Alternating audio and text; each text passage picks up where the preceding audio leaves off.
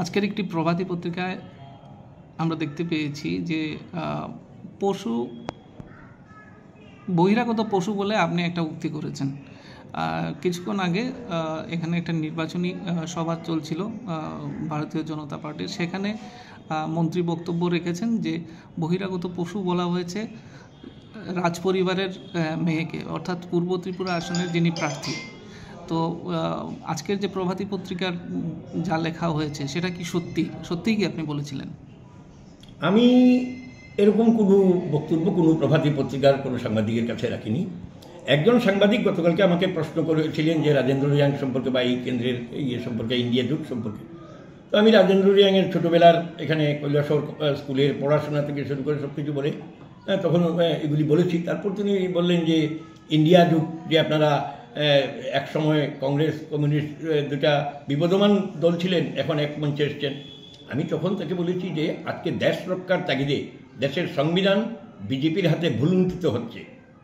এই সময়ে সংবিধান, গণতন্ত্র এবং দেশ রক্ষার জন্য আজকে সমস্ত দেশের বিভিন্ন বিরোধী মতাবলম্বী দল এক মঞ্চে এসেছেন, 28টা রাজনৈতিক দল এক মঞ্চে এসেছেন। এবং আমি তাকে একটা উদাহরণ দিয়ে বলেছিলাম আলাপচারিতায়, এটাও টেলিফোনের আলাপচারিতায় আমি উদাহরণ দিয়ে বলেছিলাম যে মাঠে যখন ধান পাকে তখন পোকামাকড় এসে ধান নষ্ট করে। সেই সময়ে কৃষকরা সীমানার বিরোধ ভুলে আগে ফসল রক্ষা করেন। এটাই কৃষকদের দায়িত্ব। আজকের সময়ে গোটা ভারতবর্ষের মানুষের দায়িত্ব সংবিধানের পবিত্রতা রক্ষা করা, ধর্মনিরপেক্ষতা রক্ষা করা, গণতন্ত্রের পতাকাকে ঊর্ধ্বে তুলে ধরা। আমি এই বক্তব্যই রেখেছি, তার বাইরে কোনো অশালীন মন্তব্য আমি করিনি। এবং এই ধরনের নিম্ন রুচি আমি বা আমার পার্টির কারোর মধ্যে এরকম নিম্ন রুচির পরিচয় নেই। এখন জানি না ওই সাংবাদিক তার মন গড়া যদি কোনো কথা বলে থাকেন, আমি এখনও এই সংবাদটা দেখিনি।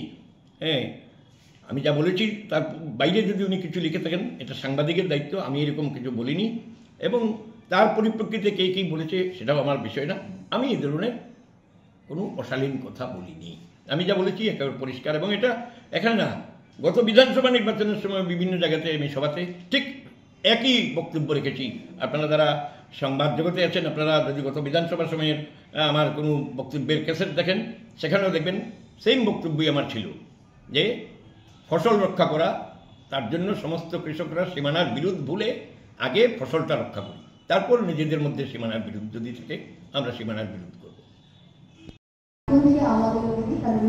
ভারতীয় জনতা পার্টি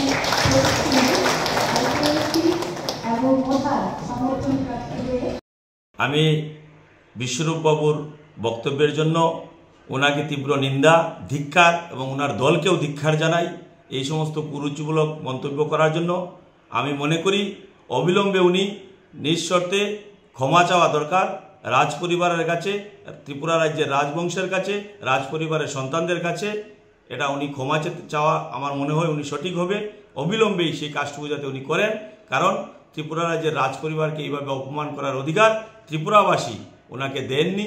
আমি আবেদন রাখব এই পশুসুলভ আচরণ ছেড়ে উনি নিজেও যাতে মনুষ্য জীবনে ফিরে আসেন, মানুষের মতো ব্যবহার করেন, একটা মানুষকে মানুষের বলার অধিকার রাখেন।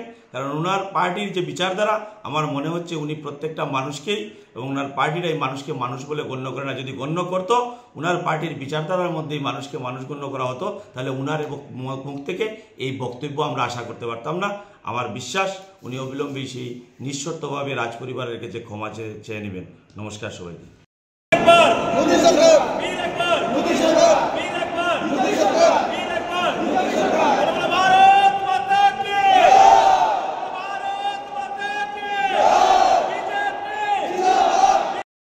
আমি তাদের মধ্যে দিয়ে জিজ্ঞাসা করতে চাই, আপনারা কি এই কথাগুলো বলতে পারবেন না? গতকালকে আমরা দেখেছি এখানে রাজেন্দ্র রিয়াং, যিনি কমিউনিস্টের পক্ষ থেকে প্রার্থী হয়েছেন, তাদের জোট প্রার্থী, এবং বীরজিৎ বাবু, বদরুজ্জামান এবং বিশ্বরূপ গোস্বামীরা গতকালকেই কৈলাস শহরে ক্যাম্পেইনিং করেছে।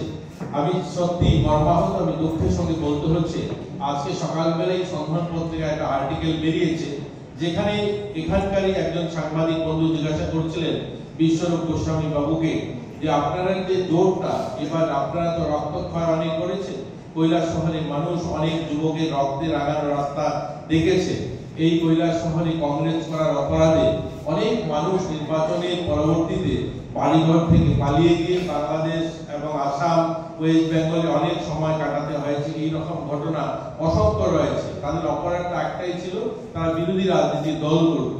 আমাদের নিজেদের মধ্যে ভাই ভাই, কাকা ভাতিজা, আত্মীয় স্বজনের মধ্যে হানাহানি খুনাখুন অনেক করিয়েছেন আপনারা এই কংগ্রেস সিপিএমের নাম করে।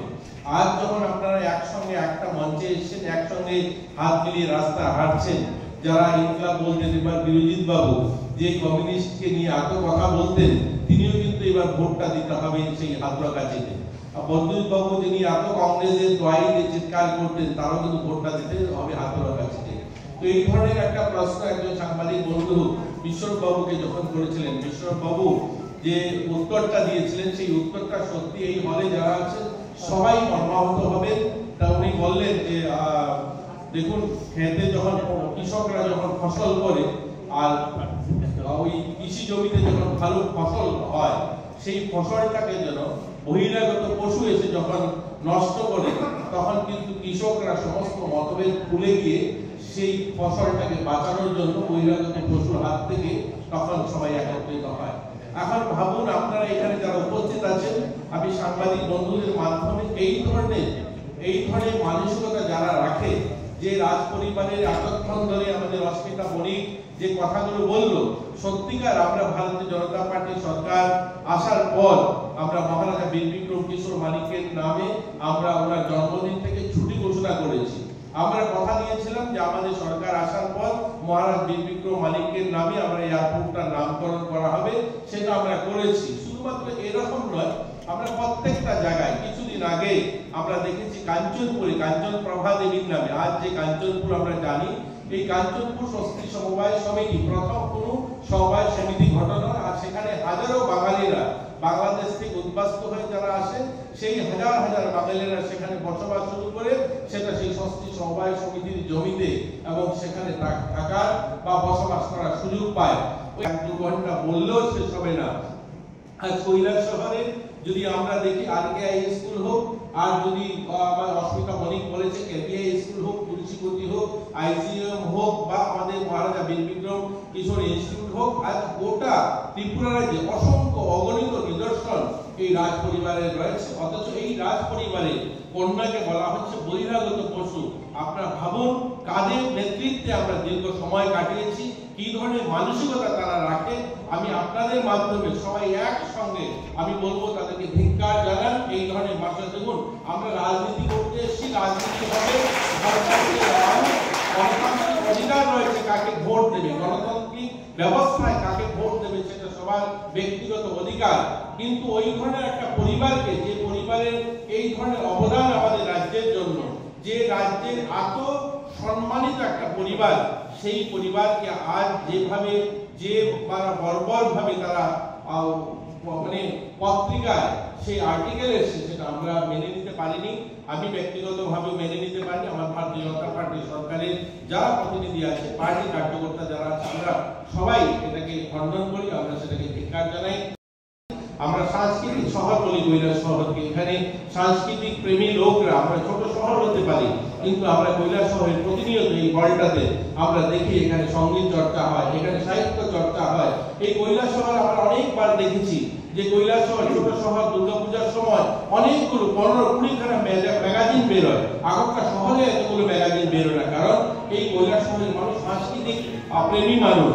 আমি সবার কাছে, সাংস্কৃতিক প্রেমী মানুষের কাছে অনুরোধ করব, সবার কাছে করজোড়ে বিনতি করব, এদেরকে যারা এই ধরনের বর্বর মানসিকতা রাখেন, যারা এই ধরনের ভাষা ব্যবহার করতে পারেন, এই ধরনের রুচি রাখতে পারেন, তাদেরকে ধিক্কার জানিয়ে আমরা 26 তারিখ তার প্রমাণ দেব।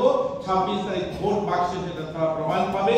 এই কথাগুলো বলে সবাইকে শুভেচ্ছা অভিনন্দন জানিয়ে আমি আমার আলোচনা শেষ করলাম। আমাদের আরো অনেকগুলো প্রোগ্রাম